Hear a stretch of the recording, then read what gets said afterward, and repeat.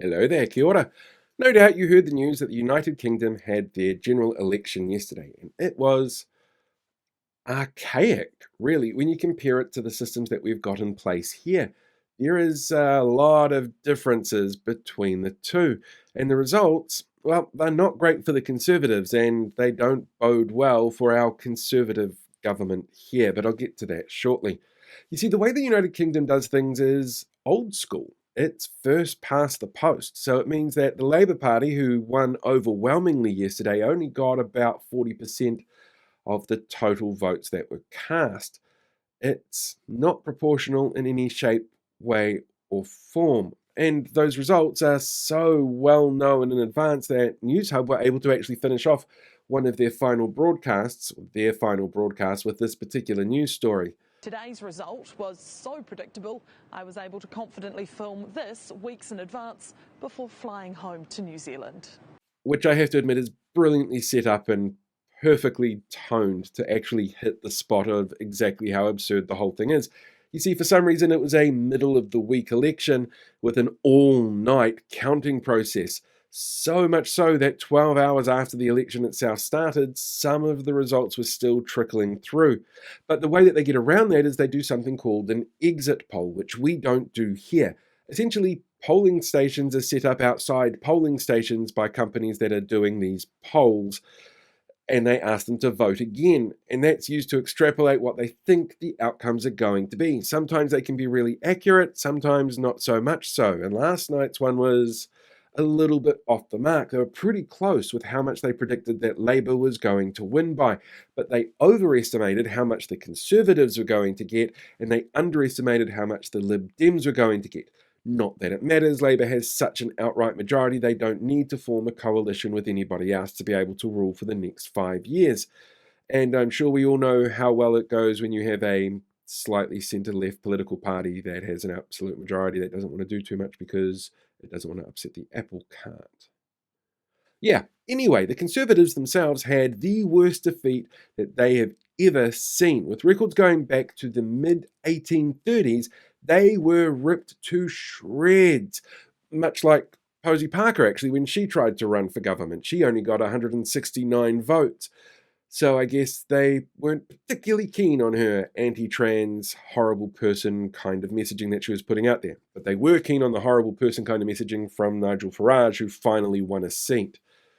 Swings and roundabouts, I guess. They also voted in 5 independent MPs with really prominent pro-Palestinian stances, which means a stronger voice in Parliament for the Palestinian people over there.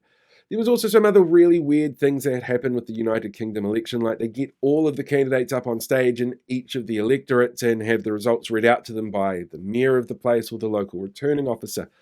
And because they have an element of comedy with some of their elections, you get people like Elmo or Count Binface running. But the creepiest thing of all that came out of the whole election process night was this from Sky TV, where for some weird reason they had this CGI AI golem thing of Keir Starmer just follow you around the room as the camera moved. It was creepy because it just stood there and blinked occasionally. Ugh. But you see, this is obviously a very poor result for the Conservative Party, but it's something that our National Party should probably also be really concerned about. After all, in 2022, when Christopher Luxon took over the party, he tried to remodel it on the UK Conservative Party, on the way that it presented itself and put itself out there so it didn't come across as, in their own words, a nasty party. I'm sure that worked really well for them. In fact, on trips to the United Kingdom, Christopher Luxon tried to meet up with past Tory MPs to try and get ideas from them. He talked to a really outspoken Tory educator who was a big fan of charter schools, and a lot of the policies that were being created were looking to be modelled on what the United Kingdom was doing. He didn't get a chance to have his meetings, though, because he got there the same time that Boris Johnson quit. But Theresa May said human things to him, apparently. At the same time, he was really specific at launching his role as leader of the opposition with a member of the United Kingdom Conservative Party. And even earlier this year, he had representatives from the Conservative Party and Conservative parties all around the world in a conference in Wellington, where they were, in their own words, trying to pitch ideas for policies. policies that led to the complete tanking of the United Kingdom economy. When Liz Truss, as Prime Minister, very briefly decided that she was going to give tax cuts that they couldn't afford to people while also borrowing really heavily to cover for things like infrastructure, that it was totally not getting tax cuts for loan money. Wait a second, that sounds really familiar for some reason. I can't work out why. Maybe somebody else was stupid enough to do something like that, while also cutting back significantly in austerity-like measures to most major services. Anyway, I'm sure that's not going to be a problem whatsoever. It's not like conservative parties all around the world seem to share the same kind of ideologies, models, and methodologies.